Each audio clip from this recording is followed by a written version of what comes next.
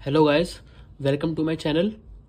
आज हम पढ़ेंगे most expected questions of economics.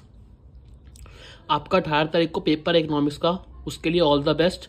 और अब हम शुरू करते हैं वीडियो, जिसके अंदर हमारे 100% क्वेश्चन जो रिपीट आते आते हैं वो वाले हम पढ़ने लग रहे हैं।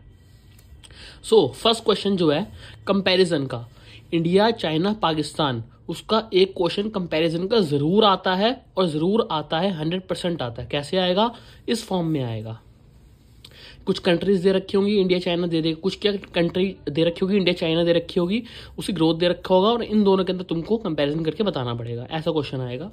दूसरा जो क्वेश्चन रिपीट होता है हर साल वो ये रहा, ग्रेट लीफ कंपेनियन या ग्रेट लीफ फॉरवर्ड के बारे में तुमको समझाना पड़ेगा।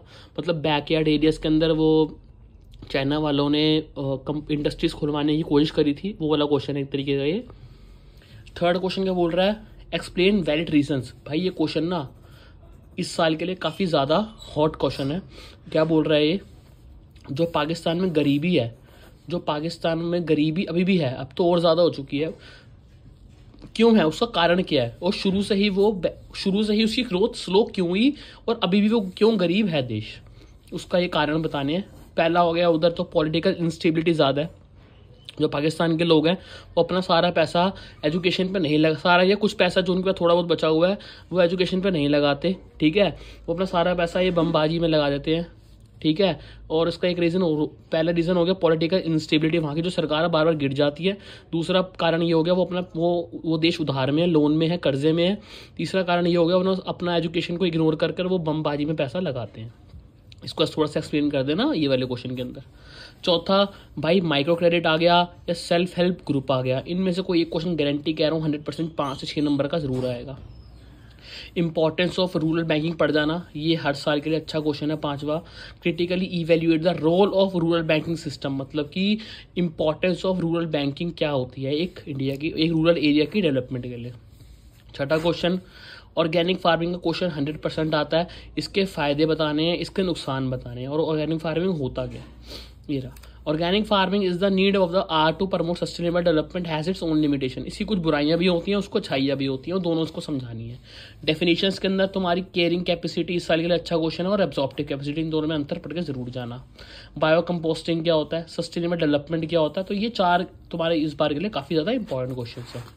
सो अब ये वाले क्वेश्चन हमारे पास कुछ, ये 8वां क्वेश्चन क्या है? ये वो क्वेश्चंस हैं भाई जो 100% इस साल के लिए आएंगे, मेरे से लिखवा के ले लो। इसमें से कम तुम्हारे 10 क्वेश्चन तो टकर जाएंगे तुम लोगों को, तो रट के जाना है क्वेश्चन, समझ कर आराम से। 8वां क्वेश्चन पढ़ते हैं, डिस्कस द रोल ऑफ या need of promoting women education in India. India के अंदर जो वुमेन को पढ़ाया जाता है उसका क्या रोल है, डिस्कस करना है। State any 2 harmful effect of global warming, ये क्वेश्चन 2 नंबर के लिए इंपॉर्टेंट है। ज्यादातर तुम्हारी फिगर में आता है और उसके अंदर बताना पड़ता है।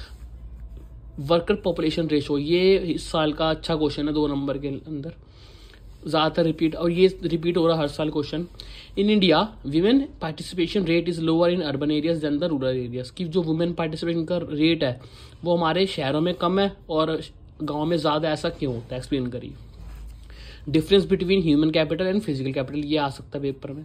13 क्वेश्चन क्या बोल रहा है? डिस्कस ब्रीफली, समझाइए इक्विटी विद ग्रोथ, ये वो है प्लानिंग, 5 ईयर गोल प्लानिंग था नहीं हमारे पास, self reliance, modernisation, growth, equity, तो उसमें से हमको इक्विटी वाला पॉइंट समझाना है। 14 क्वेश्चन क्या बोल रहा है? Sorry, explain briefly the rational behind the license Raj system, ये पढ़ के जाना, बहुत अच्छा क्वेश्चन है। लाइसेंस राज सिस्टम क्या होता है, आईपीआर के अंदर है ये टॉपिक। इसके अलावा कुछ क्वेश्चन हो रहे हैं जो रिपीट आते हैं। लैंड रिफॉर्म्स क्या होता है?